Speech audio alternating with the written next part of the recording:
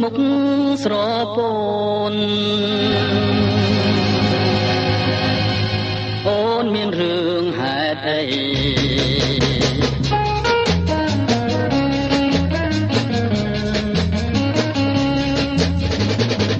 ហេតុអីអូនយំសូមមានមុំប្រាប់ខ្ញុំឲ្យបានដឹងផងរឿងមួយអូននាងខាងនឹងបងដើរបាត់រាល់ថ្ងៃអូនយល់ខុសហើយពេលបងឲ្យស្ដាប់បងនិយាយសិនថ្លៃដើររលុយមកឲ្យចរណៃគឺដើម្បីស្នេហ៍យើងអត់ជឿទេ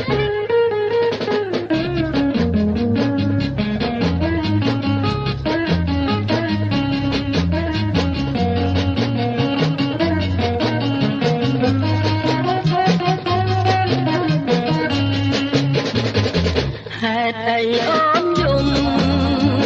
សូមមានមុំប្រាប់ខ្ញុំឲ្យបានដឹងផងរឿងមួយអូននាងខាងនឹងបងដើរបាត់រាល់ថ្ងៃ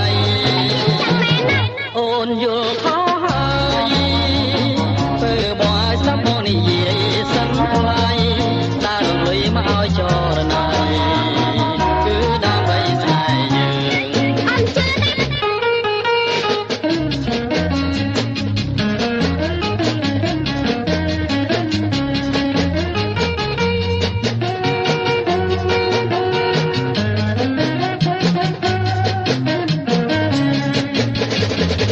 ហេតុអីអូនយំ